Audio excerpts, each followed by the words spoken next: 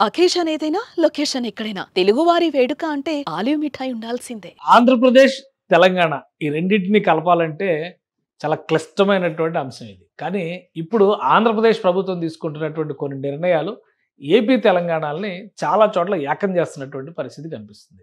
ముఖ్యంగా రాజధాని అమరావతి నిర్మాణం జరుగుతున్నటువంటి ప్రాంతంలో ఇటు నుంచి అటు కృష్ణా నదికి వంతెన వేసేటువంటి క్రమంలో చాలా దూకుడుగా వ్యవహరిస్తుంది ఆంధ్రప్రదేశ్ ప్రభుత్వం. ఇప్పటివరకు inner ring road, outer ring road, బైపాస్లు, అలానే రైల్వే లైన్లు వీటి గురించి మాత్రమే మాట్లాడినటువంటి ఏపీ సర్కార్ ఇప్పుడు కొత్తగా సరిహద్దుల్లో ఉన్నటువంటి ప్రాంతాలను కలిపేందుకు కృష్ణా నది దాటాలంటే ఎక్కువ ఇబ్బంది పడకుండా ఉండేలా వీలైనన్ని ఎక్కువ వంతెనలు కట్టాలి అనేటువంటి ఒక ప్రణాళికని ఆవిష్కరించే ప్రయత్నం చేస్తుంది. గతంలో ఎప్పుడో దశాబ్దాల క్రితమే నిర్మించాల్సినటువంటి వంతెనలకి ఇప్పుడు మోక్షం లభిస్తున్నటువంటి పరిస్థితి. అలాంటిదే తాజాగా మరో వంతెనని క్లియర్ చేసేటువంటి పనిలో ఆంధ్రప్రదేశ్ ప్రభుత్వం నిమగ్నమైంది. ఇది పూర్తిగా ఏపీ, తెలంగాణ సరిహద్దుల్లో వస్తున్నటువంటి ప్రదేశం.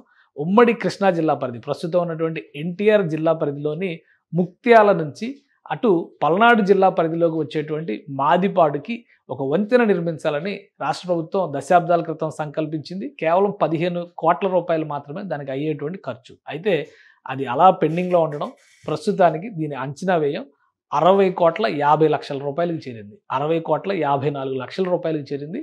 అయితే నాబార్డు నిధులు మంజూరు చేయడానికి సుముఖత వ్యక్తం చేయడంతో ఇప్పుడు ఆ ప్రాజెక్టుని ముందుకు తీసుకెళ్లే ప్రణాళికని ఆంధ్రప్రదేశ్ ప్రభుత్వం ఆవిష్కరించబోతుంది. అతి త్వరలోనే కృష్ణా నదిలో పడవ ప్రయాణం చూసేటువంటి అవకాశం కూడా ఈ ప్రాంతంలో వస్తుంది. దాని ప్రత్యేకత ఏంటో ఒకసారి విశ్లేషించేటువంటి ప్రయత్నం చేద్దాం. గతంలో జరిగినటువంటి అనేక ప్రతిపాదనల్లో భాగంగా ఇది వాస్తవానికి సరిహద్దు ప్రాంతం, కృష్ణానదికి సంబంధించినటువంటి సరిహద్దు ప్రాంతం. ఒకసారి ఈ మ్యాప్ను మనం జూమ్అవుట్ చేసి చూస్తే కనుక ఇది ఏం లేదు, ఔటర్ రింగ్ రోడ్డుకి సంబంధించినటువంటి మ్యాప్, అమరావతి ఔటర్ రింగ్ రోడ్డుకి సంబంధించినటువంటి మ్యాప్.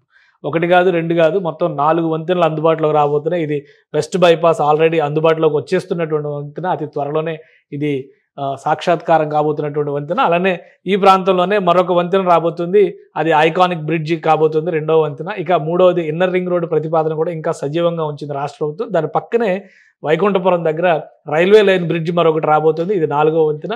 5వ వంతెన చూస్తే కనుక ఇక్కడ ఔటర్ రింగ్ రోడ్డుకి సంబంధించినటువంటి క్లియరెన్స్ కేంద్ర ప్రభుత్వం ఈ మధ్య ఇచ్చేసింది. 140 మీటర్ల వెడల్పుతో ఔటర్ రింగ్ రోడ్ నిర్మాణానికి సంబంధించి. కాబట్టి ఇది ఖరారుగా దీనికంటే ముందే, ఇన్నర్ రింగ్ రోడ్డు కంటే ముందే ఔటర్ రింగ్ రోడ్డు వంతెన మాత్రం వస్తుంది. సో ఇది మొత్తంగా జాగ్రఫీ పరంగా చూస్తే ఉన్నటువంటి ప్రాంతం. దీన్ని మరికొంత జూమ్ చేసి మనం చూస్తే కనుక ఈ శివారు ప్రాంతం, అంటే ఆంధ్రప్రదేశ్, తెలంగాణకి సంబంధించినటువంటి శివారు ప్రాంతంలో మరి ఒక వంతెనను తీసుకొచ్చేటువంటి ప్రణాళికని ఏపీ ప్రభుత్వం రెడీ చేసింది.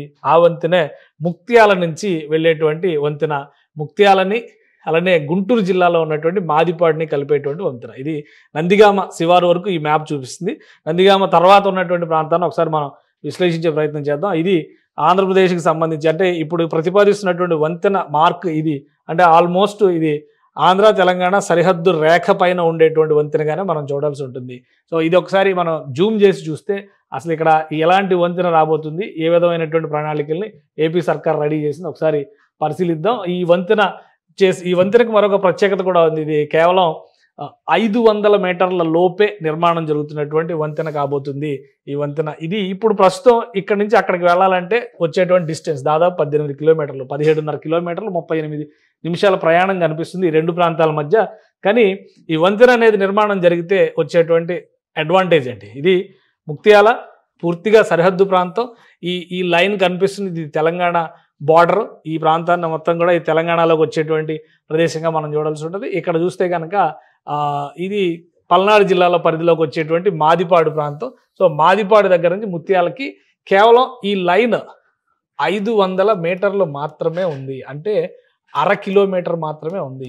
ఈ 1/2 కిలోమీటర్ వంతెన వేస్తే అటు కృష్ణా, గుంటూరు జిల్లాలు, అంటే ఉమ్మడి కృష్ణా, ఉమ్మడి గుంటూరు జిల్లాలో కలిసిపోయేటువంటి అవకాశం ఉన్న మార్గం అవుతుంది ఇది. ఇక్కడ పడవ ప్రయాణం చాలా ప్రమాదకరమైనటువంటి స్థితిలో ఉంటుంది. కృష్ణానది పుట్టిన దగ్గర నుంచి ఎక్కడా కూడా ఇంత నేరో లైన్ ఉన్నటువంటి ప్రదేశం ఎక్కడా కూడా లేదు, కేవలం ఇక్కడ మాత్రమే ఉంది. అందుకనే ఒక 20-30 ఏళ్ల క్రిందటే దీనికి సంబంధించినటువంటి బ్రిడ్జ్ ప్రతిపాదన, అంటే వంతెన ప్రతిపాదనలు జరిగినాయి. కానీ అవన్నీ కూడా రాజకీయ కారణాలు లేదా అలసత్వం వలన అటకెక్కినటువంటి పరిస్థితి ఉంది. ఇప్పుడు తాజాగా రాష్ట్ర ప్రభుత్వం తీసుకున్నటువంటి నిర్ణయం ప్రకారం ఈ ప్రాంతంలో నిర్మాణం చేసేందుకు ఒక ప్రణాళికను రెడీ చేసింది. ఆల్రెడీ దీన్ని కూటమి ప్రభుత్వం అధికారంలోకి వచ్చిన గతంలో జగన్మోహన్ రెడ్డి ప్రభుత్వం కూడా దీనికి సంబంధించి టెండర్లు కాల్ఫర్ చేసింది. కానీ కాంట్రాక్టర్లు 2 సార్లు కాల్ చేసినప్పటికి కూడా ఎవరు కూడా కాంట్రాక్టర్లు ముందుకు రాలేదు. కూటమి ప్రభుత్వం అధికారంలోకి వచ్చిన వెంటనే ఆగస్టు సెప్టెంబర్లోనే టెండర్లు ఫ్లోట్ చేసింది. 2 కంపెనీలు దీనికి సంబంధించినటువంటి ప్రతిపాదనలు ప్రభుత్వం ముందర ఉంచాయి. మొత్తం మీద 50 కోట్ల రూపాయలు 60 కోట్ల రూపాయలు ఖర్చు అవుతున్నటువంటి వెంచర్ ఇది. మొత్తం 60.54 కోట్ల రూపాయలు ఖర్చు అవుతుందని చెప్పని లెక్కలు తేల్చారు. దీనికి కావాల్సినటువంటి ఫండ్ మొత్తాన్ని కూడా నాబార్డ్ ఇవ్వడానికి రెడీగా ఉంది. నాబార్డ్ అంటే రకరకాల డెవలప్మెంట్ స్కీమ్స్కి నాబార్డ్ ఫండింగ్ చేస్తూ ఉంటుంది. కాబట్టి నాబార్డ్ రెడీగా ఉంది. కాబట్టి ఇది ఫైనలైజ్ చేయడం ద్వారా ప్రభుత్వం పనులను వెంటనే మొదలు పెట్టాలనేటువంటి ప్రతిపాదన చేసి, మీరు ఒక విషయం ఇక్కడ గమనించి చూస్తే కనుక ఇక్కడ వచ్చేటువంటి ప్రదేశం, ఇక్కడ ఏ ప్రాంతం గుండా ప్రయాణం చేస్తారంటే ఇది పులిచింతల డ్యాము. అంటే పులిచింతల డ్యామ్ నుంచి ఇటువైపు గుంటూరు జిల్లాలోకి ఎంటర్ అయ్యేటువంటి అవకాశం ఉంటుంది. సో ఇప్పుడు పులిచింతల డ్యామ్కి దిగువన ఈ వంతెన వస్తుంది. అటు టర్న్ ఇక్కడ చూడండి, డీప్ కర్వ్ ఉంటుంది. కృష్ణానది ఇట్లా కంప్లీట్ కర్వ్ అయినటువంటి ప్రదేశం కాబట్టి ఇక్కడ నీటి తీవ్రత కూడా ఆ కరువు వలన నీటి తీవ్రత తక్కువగా ఉంటుంది అన్న ఉద్దేశంతో పడవ ప్రయాణాలు సహజంగా చేస్తారు. కానీ వరద కృష్ణానది పోటెత్తినటువంటి సందర్భంలో అనేక ప్రమాదాలు, బల్లకట్టు ప్రమాదాలు, పడవ ప్రమాదాలు కూడా ఈ ప్రాంతంలో చాలా జరిగినటువంటి దాఖలాలు ఉన్నాయి. అవన్నీ దృష్టిలో పెట్టుకొని ఇక్కడ ఉన్నటువంటి డిస్టెన్స్లో ఆల్రెడీ ముక్త్యాల వైపు ప్రభుత్వ స్థలం అందుబాటులో ఉంది. ప్రభుత్వ స్థలం కాబట్టి సేకరించాల్సినటువంటి అవసరం లేదు. అయితే ఇటు మాదిపాడు వైపు మాత్రం ప్రైవేట్ ల్యాండ్ సేకరించాల్సినటువంటి పరిస్థితి ఉంది. అది కూడా 4.5 ఎకరాల వరకు ఆల్రెడీ రాష్ట్ర ప్రభుత్వం సేకరణ జరిపి నిర్మాణానికి కావాల్సినటువంటి ప్రణాళికను సిద్ధం చేసుకుంది. ఇంకొకటి ఏంటంటే ఇటు ఉమ్మడి నల్గొండ జిల్లా పరిధిలో అనేక సిమెంట్ ఫ్యాక్టరీలు ఉన్నాయి. నిర్మాణానికి సంబంధించినటువంటి ప్రక్రియ చేసే క్రమంలో సిమెంట్ కానీ ఇసుక కానీ రవాణా చేయడం చాలా ముఖ్యమైనటువంటి అంశం. కాబట్టి ఈ ప్రాంతం నుంచి ఇక్కడ వంతెన కట్టినప్పటికీ కూడా జల రవాణాకు అనుకూలమైనటువంటి జట్టీలను ఏర్పాటు చేయాలని రాష్ట్ర ప్రభుత్వం నిర్ణయించింది. సో ఈ బ్రిడ్జితో పాటు జల రవాణా వనరుల ఏర్పాటు ప్రణాళిక కూడా ఇందులో భాగంగా ఉంది. రేపు అమరావతికి తరలించబోయేటువంటి వివిధ రకాల సామాగ్రి కూడా ఇక్కడ జలమార్గం ద్వారా పంపించడానికి ఆస్కారం ఉంటుందని చెప్పని ప్రభుత్వం భావిస్తుంది.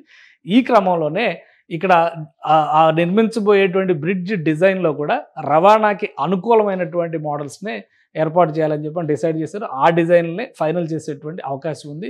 దాదాపు 17 అడుగుల లోతు సిమెంట్ దిమ్మల లాంటి పిల్లర్లని లోపలికి పెట్టడం ద్వారా బలమైనటువంటి పునాదులు వేసి 12 ఫ్లాంక్లు ఏర్పాటు చేసేటువంటి అవకాశం ఉంది. అంటే 12 పిల్లర్స్ లాంటివి ఏర్పాటు చేసి వాటిపైన డక్ట్లు ఏర్పాటు చేస్తూ ఈ వంతెన నిర్మాణం జరుగుతుందని చెప్పని ప్రాథమికంగా వస్తున్నటువంటి సమాచారం. కాబట్టి చాలా చిన్న వంతెన ఇది. 500 మీటర్ల మాత్రమే పొడవు ఉండే, అంటే దాదాపు 1/2 కిలోమీటర్ మాత్రమే పొడవు ఉండేటువంటి వంతెన.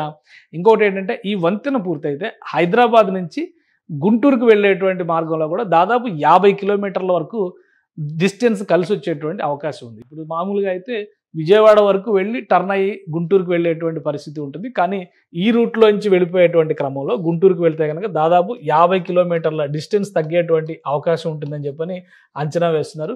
సో ఈ అనేక ప్రయోజనాలతో ముడిపడి ఉన్నటువంటి వంతెన, చాలా చిన్న వంతెన, ఖర్చు విషయంలో కూడా చాలా తక్కువ ఖర్చుతో కూడినటువంటి వ్యవహారం. కాబట్టి ఇమీడియట్గా ఆంధ్రప్రదేశ్ ప్రభుత్వం దీనికి క్లియరెన్స్ ఇస్తున్నట్టుగా సమాచారం ఉంది. వైకుంఠపురం బ్రిడ్జ్ కంటే కూడా ముందర ఇది నిర్మాణం అవుతుంది. ఎందుకంటే వైకుంఠపురం బ్రిడ్జ్ని లాకులతో, బ్యారేజ్ని పూర్తిగా లాకులతో సహా అక్కడ కొంత నిల్వ సామర్థ్యం ఉండే విధంగా, నీటి నిల్వ సామర్థ్యం ఉండే విధంగా ప్రణాళికలను సిద్ధం చేస్తున్నారు. దాదాపు 15 టీఎంసీల నీటిని నిల్వ చేసే విధంగా డిజైన్లో కూడా మార్పులు చేస్తున్నారు. కాబట్టి దీనికి ఇక్కడ నిల్వ అనేటువంటి అంశం లేదు, కేవలం వంతెన మాత్రమే ఉంటుంది. రవాణాకి, జల రవాణాకి అనుకూలమైనటువంటి వంతెన డిజైన్ కాబట్టి ముందుగా ఈ వంతెన నిర్మాణం చేపట్టేటువంటి అవకాశం ఉంది. నాబార్డు దీనికి క్లియరెన్స్ ఇచ్చింది. నిధులు అందుబాటులో ఉన్నాయి కాబట్టి అతి త్వరలో దీనికి సంబంధించినటువంటి ప్రాసెస్ను పూర్తి చేసి కాంట్రాక్టర్లకు పనులు అప్పగించేటువంటి అవకాశాలు కనిపిస్తున్నాయి. సుమన్ టీవీలో మీ పర్సనల్ అండ్ బిజినెస్ ప్రమోషన్స్ కోసం కింది నెంబర్కి కాంటాక్ట్ చేయండి.